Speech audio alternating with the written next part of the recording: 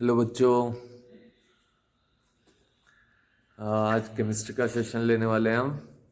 Okay, तो chemistry के session में हमने कंसंट्रेशन के सारे बेसिस पढ़ लिए हैं। ठीक है, आज हम पढ़ेंगे solubility of gases in liquids. ठीक है, solubility of gases in liquids को, इस टॉपिक को ध्यान से देखिए आप।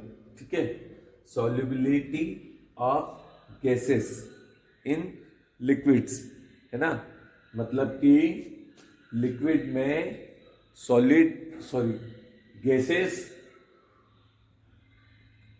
गैसेस की सॉल्युबिलिटी, मतलब किसी भी सॉल्वेंट में किसी सॉल्यूट का डिसॉल्व होना, किसी सॉल्यूट का किसी भी सॉल्वेंट में या सॉल्यूशन में डिसॉल्व होना, है ना, वो क्या होती है, उसकी सॉल्युबिलिटी होती है। ठीक है, सॉल्युबिलिटी ऑफ गैसेस, ठीक है, इन लिक्विड्स। अब आपको सोच के थोड़ा सा अजीब लग रहा होगा कि लिक्विड में गैस कैसे सॉल्युबल होता है। क्या पानी में गैस सॉल्युबल होती है, डिसॉल्व होती है? तो यस, होती है। अगर पानी में गैसेस नहीं होती तो ऑक्सीजन वाटर में कैसे होता? एम आई राइट? ऑक्सीजन वाटर में कैसे होता?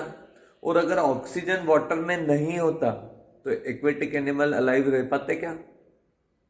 क्या फिशेस और जितने भी एक्वेटिक एनिमल्स हैं ना, टोटोइज और जो भी है, ये जो हमेशा पानी में रहते हैं, क्या उनको ऑक्सीजन मिल पाती? ठीक है, जो एक्वेटिक प्लांट्स है क्या वो अलाइव हो पाते? ठीक है, तो ऑक्सीजन क्या है? ऑक्सीजन एक गैस है। ठीक है, और वो वाटर में भी अवेलेबल है। ठीक है, अब ऑक्सीजन एक गैस है, वाटर में अवेलेबल है, मतलब कि ऑक्सीजन गैस वाटर जो लिक्विड है उसमें सॉल्युबल है। ठीक है, वो उसमें डिसॉल्व होता है। ऑक्सीजन गैस जो है वो लिक्विड में सॉल्युबल है। ठीक है, आया समझ में? सिंपल सा फंडा है कि गैसेस जो है वो लिक्विड में सॉल्युबल होती है या नहीं होती है, और नॉट, ये स्टडी करना है आपको। ठीक है, gases are soluble in liquids और नॉट। ठीक है, तो हमारा फर्स्ट मैटर क्या है कि solubility of gases in liquid. इसका मतलब है कि गैसेस की लिक्विड में सॉल्युबिलिटी पहले तो है ना। Yes, gases are soluble in liquids, gases are soluble in liquid. ठीक है, फिर आएगा gases are less soluble in liquid, gases are less, या क्या बोलते हैं, स्पिरिंगली सॉल्युबल इन लिक्विड। ठीक है, some gases are there which dissolve in water very easily। ठीक है, कुछ गैसेस ऐसी होती है जो वाटर में बहुत ज्यादा डिसॉल्व होती है, वो है ना, उसका वाटर में कंटेंट ज्यादा होता है। सम गैसेस आर देयर जो वाटर में बहुत ज्यादा डिसॉल्व नहीं होती, लेकिन ऐसा भी नहीं है कि बिल्कुल भी डिसॉल्व नहीं होती, वो थोड़ी होती है डिसॉल्व, जैसे ऑक्सीजन। ठीक है, oxygen is not very good soluble in water. Oxygen जो होता है O2, ऑक्सीजन, ये वाटर में बहुत ज्यादा सॉल्युबल नहीं होती है ना, लेकिन फिर भी वाटर में होती है, मतलब कम होती है। कितनी होती है? लेस, है ना। जो ऑक्सीजन गैस होती है which is present in less amount in water. ठीक है, तो कुछ गैसेस ऐसी भी हो सकती है जो लेस या स्पेरिंगली, इसकी स्पेलिंग चेक कर लेना है ना, sparingly soluble in liquid like oxygen. ठीक है, ये कुछ मात्रा में ही वाटर में डिसॉल्व या सोल्यूबल होती है। ठीक है, और some gases are not soluble in liquid, कुछ गैसेस लिक्विड में सॉल्युबल नहीं हो सकती होगी, या फिर इट इज डिपेंड ऑन कि लिक्विड क्या है, it is depend on liquid. हो सकता है कुछ गैसेस वाटर में डिजोल्व ना होती हो, अल्कोहल में हो जाती हो सकता है कुछ गैसेस वाटर और अल्कोहल में डिजोल्व ना होती हो, ईथर में हो जाती हो सकता है कुछ गैसेस वाटर अल्कोहल ईथर में ना होती हो, एसीटोन में हो जाती हो सकता है कुछ gases water alcohol ether acetone में ना होती हो, क्लोरोफॉर्म में हो जाती हो। ठीक है, it is depend on type of solvent. ठीक है, कि सॉल्वेंट कौन सा है ना, किस सॉल्वेंट में हो सकता है ऑक्सीजन वाटर में कम सॉल्युबल है लेकिन अल्कोहल में ज्यादा होता हो। ठीक है, तो यहां पे गैसेस की जो सॉल्युबिलिटी है वो टाइप ऑफ सॉल्वेंट पे भी डिपेंड है। इसका फैक्टर हम पढ़ेंगे अभी बाद में। टाइप ऑफ सॉल्वेंट जितने फैक्टर पढ़ेंगे सॉल्युबिलिटी के, उसमें ये भी आएगा। ठीक है, तो यहां पर गैसेस की सॉल्युबिलिटी लिक्विड में होती है, नहीं होती है, स्पेरिंगली होती है, मतलब कम होती है, लेस होती है। ठीक है, ये सारे फैक्टर्स हम इस टॉपिक में पढ़ने वाले हैं। ठीक है, अब सॉल्युबिलिटी होती क्या है, सबसे पहले तो ये पढ़ेंगे हम, what is solubility.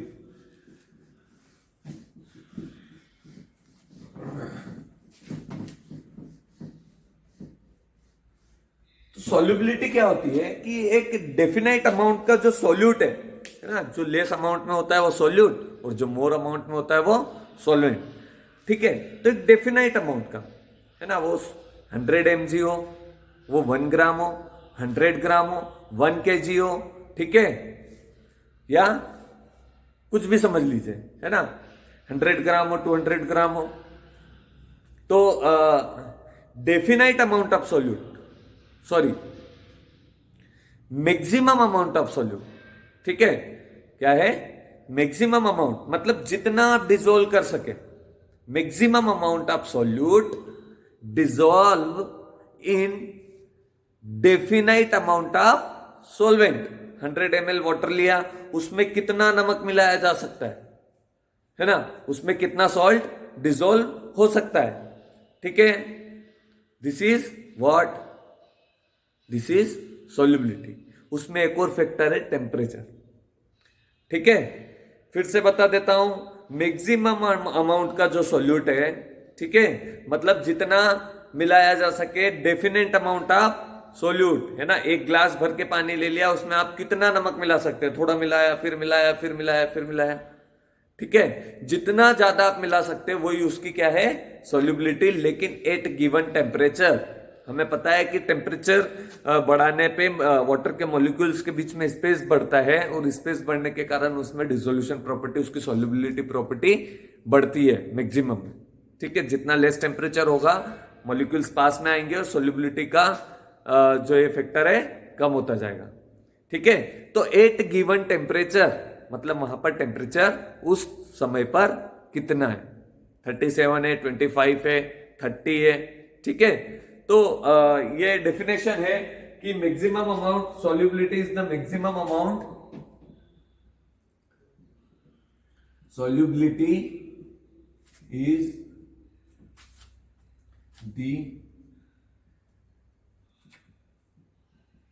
maximum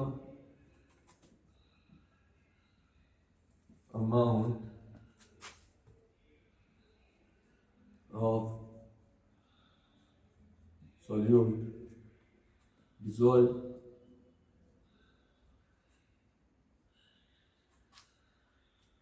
in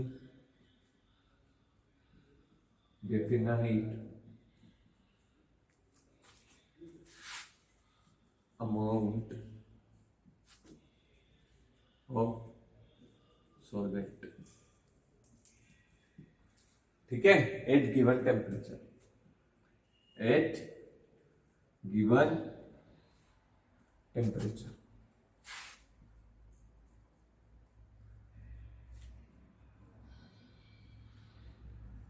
ये क्या है, solubility. Solubility is the maximum amount of solute dissolve in definite amount of solvent at given temperature.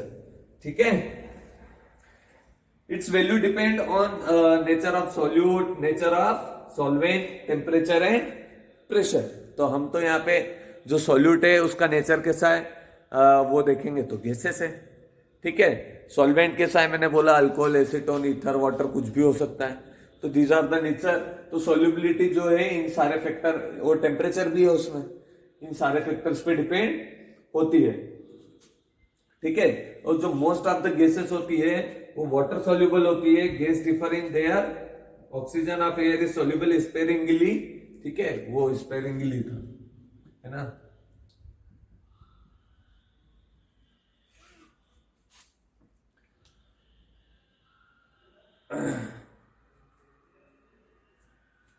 अभी एक साइंटिफिक डेफिनेशन और है इसकी। ठीक है, ये पढ़ते हैं अपन। Solubility of a gas in a particular liquid, है ना, किसी पर्टिकुलर लिक्विड मतलब वाटर समझ लो, ये पर्टिकुलर लिक्विड है। ठीक है, solubility of gases in a particular liquid at a given temperature and 1 atmospheric pressure. ठीक है, प्रेशर कितना है 1 एटमॉस्फेरिक प्रेशर। ठीक है, 1 atm मतलब जो अभी हमारा एटमॉस्फेयर का प्रेशर है ये कितना है 1 atm। इस प्रेशर पे 1 एटमॉस्फेरिक प्रेशर।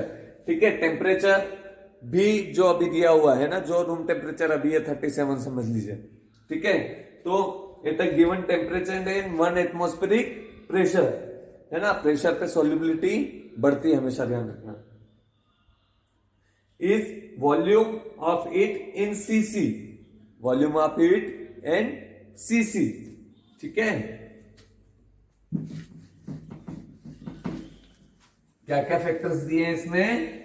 एक तो है solubility of gases in a particular liquid. Particular liquid मतलब कोई एक टाइप का लिक्विड है ना, जैसे समझ लो वाटर। ठीक है, पर्टिकुलर लिक्विड, इसको समझा देता हूं मैं पूरा। पर्टिकुलर लिक्विड, इसमें हम किसी एक तरीके का लिक्विड लेंगे। ठीक है, पर्टिकुलर लिक्विड और गिवन टेम्परेचर। दूसरा क्या है टेम्परेचर, है ना, ये फिक्स होना चाहिए। 37 है तो 37।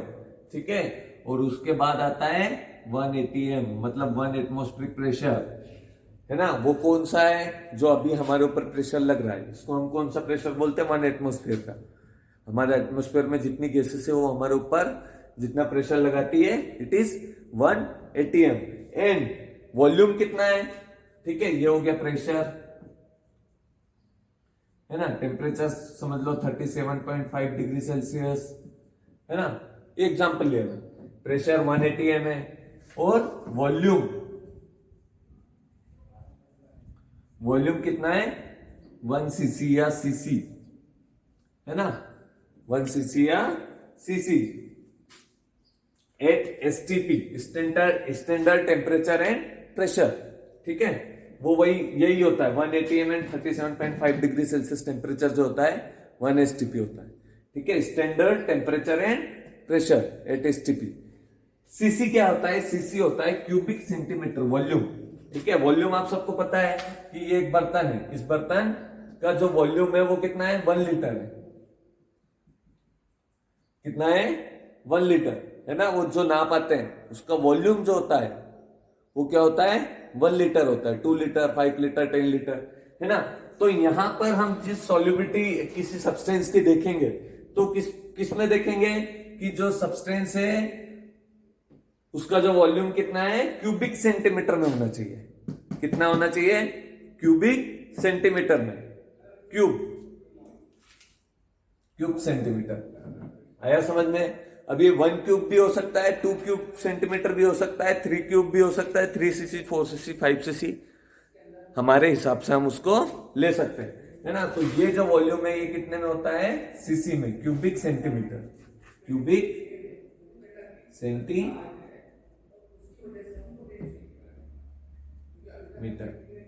ये कॉन्सेप्ट है, ये आपको कोई नहीं बताएगा। ठीक है, अब यहां पर ये कॉन्सेप्ट हो गया कि solubility of gas in a particular liquid at a given temperature and 1 atmospheric pressure is a volume of it in cc at STP needed to prepare saturated solution in 1 cc of solvent। बताया था ना मैंने 1 cc of solvent, है ना। कितना बड़ा बर्तन है उसका वॉल्यूम कितना है ना, वो क्या होना चाहिए 1 cc of solvent, है ना। तो ऐसा बर्तन जिसका वॉल्यूम 1 सीसी है, जिसका प्रेशर 180 एम है ना, इसके ऊपर जो प्रेशर लग रहा है वो कितना है 180 एम है, ठीक है। टेम्परेचर कितना है 37.5 डिग्री सेल्सियस है, ठीक है। और सारी चीजें हो गई, ठीक है। और पर्टिकुलर लिक्विड जो भी हम ले रहे हैं जिसमें हम गैस को डिसॉल्व करेंगे, है ना, तो इन सारी चीजों में किसी भी गैस को डिसॉल्व करेंगे तो उसकी जो सॉल्युबिलिटी आएगी, है ना, वही उसकी क्या बोल सकते हैं मेजर्ड सॉल्युबिलिटी होती है, फिक्स सॉल्युबिलिटी, है ना। ये सारे पैरामीटर्स पर, ठीक है। अब उसके बाद हम आते हैं factors affecting the solubility of gases in liquids. Factors affecting the solubility of gases in liquids.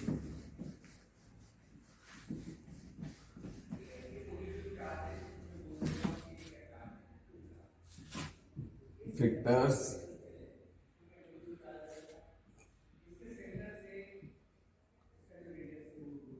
affecting the solubility of gases in, ठीक है। तो इसमें बहुत सारे पॉइंट्स में इसको कवर अप कर रखा है। पहला है nature of the gas and liquids, nature of the gas and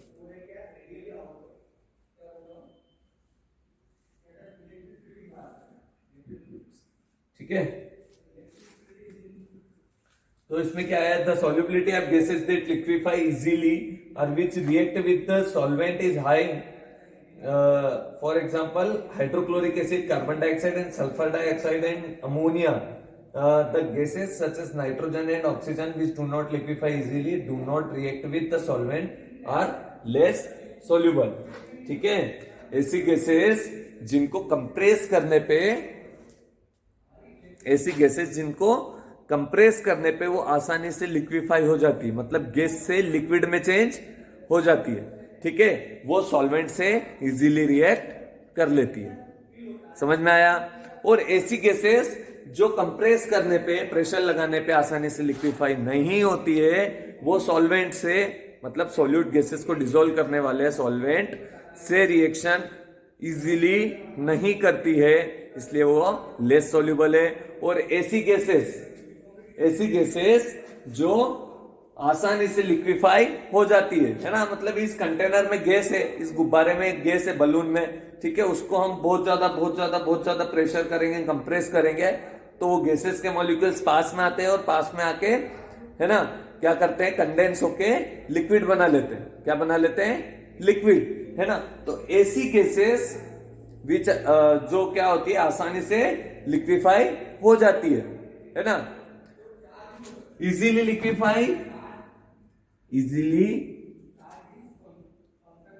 liquefy more soluble, है ना, क्योंकि ये सॉल्वेंट से आसानी से रिएक्शन कर लेती है, मोर सॉल्युबल। और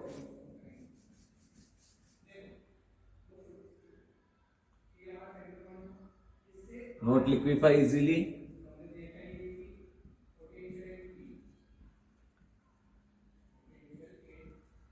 लेस सॉल्युबल। अब इनके एग्जांपल याद रखना। लेस सॉल्युबल में नाइट्रोजन और ऑक्सीजन का दे रहा है, ठीक है, ये दोनों गैसेस लेस सॉल्युबल रहती है, लेकिन एक्वेटिक एनिमल्स के लिए सबसे ज्यादा इंपॉर्टेंट है, एक्वेटिक एनिमल्स के लिए सबसे ज्यादा इंपॉर्टेंट होती है, ठीक है। यहाँ पे एक और फंडा है कि जब नाइट्रोजन और ऑक्सीजन दोनों वहां पर होती है, मान लो, और ऑक्सीजन, जैसे हमारी बॉडी है, ठीक है, हमारी बॉडी में किसी ज्यादा प्रेशर में या फिर सेचुरेटेड ऑक्सीजन अगर होगी, ज्यादा होगी, ठीक है, अगर ज्यादा ऑक्सीजन होगी तो ऑक्सीजन हमारी बॉडी इजीली एब्जॉर्ब करती जाएगी और एनर्जी बनाती जाएगी। तो जो ब्लड में होगा नाइट्रोजन, ये जो नाइट्रोजन है ये हमारे ब्लड में क्या बोल सकते हैं कि जिससे बोलते हैं ना कुछ खाते हैं तो रिएक्शन हो जाता है, उस टाइप से अंदर कुछ ऐसी रिएक्शंस करेगा जो हमारी बॉडी के लिए ठीक नहीं होती। ठीक है, तो यहाँ पर ऑक्सीजन का स्पेरिंगली सोल्यूबल होना वाटर में इज बेटर। ठीक है, और यहाँ पर क्या होता है कि जो लेस सोल्यूबल है वो क्या है, नाइट्रोजन और ऑक्सीजन। ठीक है, और मोर सोल्यूबल कौन से, अमोनिया बताया था, हाइड्रोक्लोरिक गैस बताया था HCl, है ना, HCl, CO2 और अमोनिया, है ना, और SO2 भी था, सल्फर डाइऑक्साइड। ये सारे क्या है, hydrochloric gas, carbon dioxide, ammonia और सल्फर डाइऑक्साइड, ये सारे क्या है, मोर सोल्यूबल है वाटर में, क्योंकि ये इजीली लिक्विफाई हो जाते हैं। ठीक है, नाइट्रोजन और ऑक्सीजन जो है ये इजीली लिक्विफाई नहीं होते, इसलिए दैट इज लेस सोल्यूबल। और कुछ गैसेस ऐसी भी होती होंगी जो वाटर में या किसी भी सॉल्वेंट में डिसॉल्व नहीं होती हो। ठीक है, तो यहां पर द फर्स्ट फैक्टर इज कि गैसेस आसानी से लिक्विफाई हो जाती है तो मोर सॉल्यूबल, और नहीं होती है तो लेस सॉल्यूबल। अब इसमें जो H2S जो गैस है, हाइड्रोजन सल्फाइड और ammonia, less soluble in ethyl alcohol as compare to water, while nitrogen, oxygen, CO2 are more soluble in ethyl alcohol as compare to water. The reason of high solubility of gases in liquid is chemical similarity in both absorption coefficient of some common gases are given in the following table। ठीक है, अब जिसका absorption coefficient जिसके साथ match करता है, ठीक है, मतलब वाटर, जिससे हमने वो पढ़ा था ना पोलर और नॉन पोलर, तो वाटर जो है वो पोलर होता है और जो अल्कोहल होता है वो नॉन पोलर होता है। ठीक है, तो यहाँ पे पोलरिटी और नॉन पोलरिटी का भी इफेक्ट होता है कि कुछ गैसेस ऐसी होती है जो नॉन पोलर लिक्विड्स के साथ में जाती है। ये फंडा जो है एनालिसिस में बहुत ज्यादा काम में आता है। ठीक है, कि मान लो हमको HPLC जो होती है मशीन, जिसमें हम सैंपल एनालिसिस करते हैं, मतलब बहुत सारे सैंपल को कंपोनेंट्स को सेपरेट करते हैं। ठीक है, ग्लूकोज को अलग करना है ना, इथाइल अल्कोहल को अलग करना है, ऐसे 2-3 कंपोनेंट्स को सेपरेट करना हो तो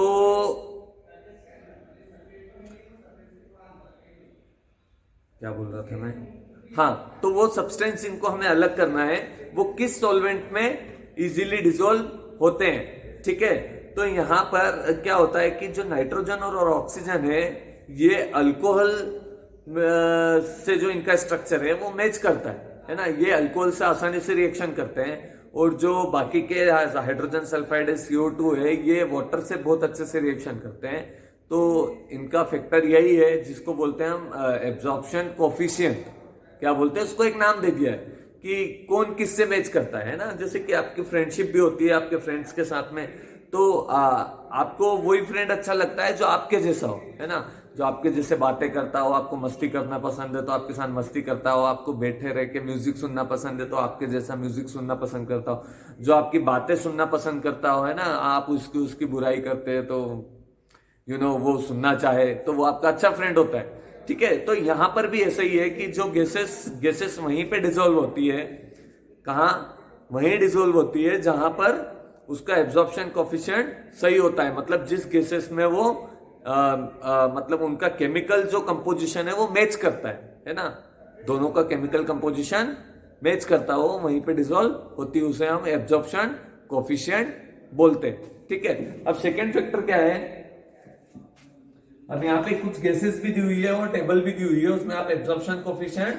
देख सकते हैं। और वो 20 डिग्री सेल्सियस टेम्परेचर पे, जैसे हीलियम है उसका एब्जॉर्प्शन कोफिशिएंट 0.09 है, नाइट्रोजन 0.015 है। ठीक है, ऐसे ये एब्जॉर्प्शन कोफिशिएंट बढ़ता जा रहा है केमिकल सिमिलरिटी के बेस पे। अब नेक्स्ट फैक्टर है इसका effect of temperature. Effect of temperature हमने अभी भी डिस्कस किया है कि वो सॉल्युबिलिटी वाली डेफिनेशन में ही हमने पढ़ा है कि आखिरी में क्या आ जाता है, गिवन टेम्परेचर।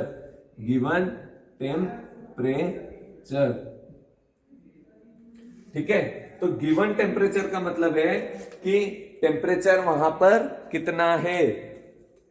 हाँ, एक बहुत अच्छा फैक्टर मैं आपको बताना भूल गया, अभी याद आया मुझे कि मैंने बोला था कि टेम्परेचर जितना बढ़ेगा सॉल्युबिलिटी उतनी बढ़ेगी, अभी मैंने बोला था, ठीक है, स्टार्ट में। लेकिन टेम्परेचर बढ़ा दिया मान लो, तो टेम्परेचर बढ़ाने पे तो गैसेस के मॉलिक्यूल्स दूर दूर जाते हैं, ठीक है। जिस लिक्विड में डिसॉल्व करना है, मान लिया उस लिक्विड के मॉलिक्यूल्स के बीच में स्पेस बढ़ेगी, लेकिन भैया जो गैस डिसॉल्व होना चाहती है लिक्विड में, वो कैसे डिसॉल्व होगी? क्योंकि टेम्परेचर बढ़ाने पे तो गैसेस के मॉलिक्यूल्स और दूर जाएंगे, ठीक है, और दूर जाएंगे तो लिक्विफाई नहीं होंगे, ठीक है, लिक्विफाई आसानी से नहीं होंगे, नहीं होंगे तो डिसॉल्व कैसे होंगे, ठीक है, अपने सॉल्वेंट से केमिकल रिएक्शन कैसे करेंगे? तो मैंने वो चीज गलत बता दी थी, उसको आप नोट कर लेना कि यहां पर जो है वो जो हम बोल सकते कि अगर सॉलिड सॉल्यूट है ना, मतलब जो सॉल्यूट है उसकी स्टेट क्या है, सॉलिड है, तो हम बोल सकते हैं कि टेम्परेचर बढ़ने पे वो और ज्यादा डिसॉल्व होगा। लेकिन अब हम बुक में भी कंफर्म कर लेते हैं, ये फंडा मेरे दिमाग में अभी हाल आया, ठीक है, तो इसको हम बुक में भी कंफर्म करते हैं कि जो इफेक्ट ऑफ टेम्परेचर है, solubility of gases in liquid decreases as the temperature increases, ठीक है। For example, air dissolve in water evolves out in the form of bubbles when water is heated, thus a gas may be expelled from a solution by boiling, ठीक है। मतलब कि मैंने बताया वही हो रहा है कि अगर मान लो किसी गैस को किसी लिक्विड को टेम्परेचर हम बढ़ाएंगे, तो वो हमने पहले क्या बोला था, फर्स्ट जो हमारा पॉइंट था कि जितना गैसेस इजीली लिक्विफाई होगी वो उतनी आसानी से डिसॉल्व होगी। बहुत फंडे को अपने दिमाग में बसा लेना आप, है ना, ये गैसेस की बात हो रही है, हम लिक्विड में गैसेस को डिसॉल्व कर रहे हैं, ठीक है, यहाँ पे सॉल्यूट की बात नहीं है, सॉल्यूट क्या है, गैसेस है, तो उसके लिए हमें गैसेस की तरीके से सोचना पड़ेगा। हम सिर्फ सॉल्वेंट के बारे में नहीं सोच सकते कि उसमें स्पेस बढ़ रहा है, उसमें स्पेस बढ़ रहा है, और स्पेस बढ़ने के कारण उसके बीच में जो फंसी हुई पहले से डिसॉल्व गैसेस है वो ट्रैप हुई थी, वो ट्रैप होने के बाद जब गैसेस के मॉलिक्यूल्स लिक्विड को गर्म करते, लिक्विड को गर्म करेंगे तो लिक्विड के मॉलिक्यूल्स दूर होंगे और उनके बीच में फंसी हुई जो गैस है वो बाहर निकल जाएगी। तो दूसरी बात, पहली बात तो कि डिसॉल्व होना तो दूर है, जो डिसॉल्व पहले से है वो भी बाहर निकल जाएगी, है ना। तो यहां पर क्या हो रहा है कि जैसे जैसे टेम्परेचर इंक्रीज हो रहा है, सॉल्युबिलिटी गैसेस की लिक्विड में डिक्रीज हो रही है, ठीक है। Solubility of gases decreases as temperature increases, ठीक है। Solubility of gases decreases as temperature increases, वो मैंने आपको गलत बता दिया था, अपन वो उसको सॉलिड के हिसाब से सोचने लगे थे, ठीक है। यहाँ पर गैसेस की बात है, अब गैसेस तो दूर भागते टेम्परेचर होता है, तो उसको पकड़ के कैसे लाएंगे डिसॉल्व करने के लिए, आया समझ में। तो इतना सा फंडा है। उसके बाद में क्या है, हाँ, दूसरी एक और चीज है इसमें दे रखी है बुक में कि जैसे कि हाँ, वाटर को जब हम बॉईल करते हैं तो आपने देखा होगा बबल्स निकलते हैं, ठीक है, बबल्स निकलते हैं बुचुक बुचुक करके, है ना। तो वो बबल्स क्यों निकलते हैं? क्योंकि वाटर के बीच में जो ऑक्सीजन डिसॉल्व होती है, नाइट्रोजन डिसॉल्व होती है, वो भी स्पेरिंगली डिसॉल्व है, स्पेरिंगली सॉल्युबल है, लेस सॉल्युबल है। तो वो भी जो होती है, हम पानी को जब गर्म करते हैं तो वो जो गैसेस है बबल के फॉर्म में क्या होता है, बाहर निकल जाती है ना। तो जितना पानी को गर्म करते हैं उसमें से गैसेस की क्वांटिटी कम होती जाती है। आया समझ में। तो जैसा कि हम बोलते हैं कि वो हमने पहले भी 7th 8th में जो ये पॉल्यूशंस के बारे में पढ़ा है ना, जो फैक्ट्री का गंदा पानी है ना, जैसे बोराली फैक्ट्री का जो गंदा पानी है, अगर ऐसा पानी किसी बड़े वाटर बॉडी में छोड़ दिया जाए, ठीक है, जो कि बहुत गर्म जैसा होता है, ठीक है, गरम गरम पानी, बहुत सारी फैक्ट्रीज ऐसी होती है जिनमें गर्म पानी, जो बोराली फैक्ट्री में भी गर्म पानी का काम है, आप खुद देख के आए अपनी आंखों से, वही जो हॉट वाटर है, बॉइल्ड वाटर है, अगर किसी वाटर बॉडी में छोड़ दें अपन, है ना, तो एक तो वाटर का टेम्परेचर चेंज हो जाएगा, और टेम्परेचर चेंज होने के कारण क्या होगा, एक तो एनिमल्स को ज्यादा टेम्परेचर, जो एक्वेटिक एनिमल्स है उनको ज्यादा टेम्परेचर लगेगा।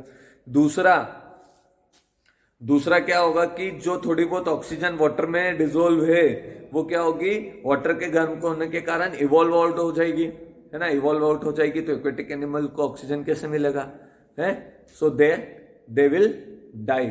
ओके, तो ये फंडा है, ठीक है, कि एक्वेटिक एनिमल से फैक्ट्री के पानी से और कैसे मर जाते हैं, मतलब, है ना, खत्म हो जाते हैं। ठीक है, तो ये हमारा फिर थर्ड पॉइंट है, इफेक्ट ऑफ प्रेशर। तो इफेक्ट ऑफ प्रेशर तो इजीली आप उसका आपकी बुक में डायग्राम देखिए कि जो कंप्रेशर है, एक कंटेनर में गैसेस डिसॉल्व की हुई है, ठीक है, तो जितना वॉल्यूम प्रेशर के थ्रू आप कम करेंगे, है ना, ये कंप्रेसर लगाया हुआ है, जितना वॉल्यूम प्रेशर के थ्रू आप कम करेंगे, आप प्रेशर लगाएंगे तो वॉल्यूम कम होगा। अभी वॉल्यूम 1 लीटर है, अगर प्रेशर लगा के इसको हाफ लीटर कर दिया, है ना, हाफ लीटर कर दिया, तो सारी गैसेस क्या होगी, पास में आएगी और इजीली डिसॉल्व होगी, है ना। तो प्रेशर लगाने पे तो क्या होता है, सॉल्युबिलिटी बढ़ती, क्योंकि वॉल्यूम कम होता, volume decreases and solubility increases. एक बार पढ़ लेते हैं, ठीक है। Solubility of gases in liquid is highly affected by pressure. Solubility increases on increasing pressure. Pressure जैसे जैसे बढ़ाएंगे तो वॉल्यूम डिक्रीज होगा। अभी वॉल्यूम यहाँ पे, अभी वॉल्यूम यहां कर देंगे तो मॉलिक्यूल्स पास में आएंगे, जितना मॉलिक्यूल पास में आएंगे उतनी सॉल्युबिलिटी बढ़ेगी, ठीक है। You can see in the diagram also. It can be explained on the following basis. Say a system of gaseous solution exists at pressure P and temperature T. ये सब छोड़ो, अपने को सिर्फ इतना ध्यान रखना है कि प्रेशर बढ़ेगा, मॉलिक्यूल्स पास में आएंगे गैसेस के, और सॉल्युबिलिटी बढ़ेगी, ठीक है। अब यहाँ पर एक और चीज है कि इस बेस पे कि प्रेशर बढ़ने पे सॉल्युबिलिटी कैसे बढ़ती है, तो हेनरी नाम के साइंटिस्ट ने कुछ स्टडी किया था, है ना, उसका कुछ फंडा था, ठीक है। उस फंडे को देख लेते हैं। उसमें उसने ये बताया था कि जो the mass of gas dissolve in given volume of the liquid at constant temperature, the mass of A gas dissolve in a given volume of the liquid, है ना, वॉल्यूम फिक्स है, of the liquid at constant temperature is directly proportional to the pressure of the gas. जितना pressure बढ़ेगा, ठीक है, of the gases present in equilibrium with the mass of gas dissolved in given volume of the liquid at constant temperature is directly proportional to the pressure of the gas present in equilibrium with the liquid, है ना। मतलब कि इस liquid में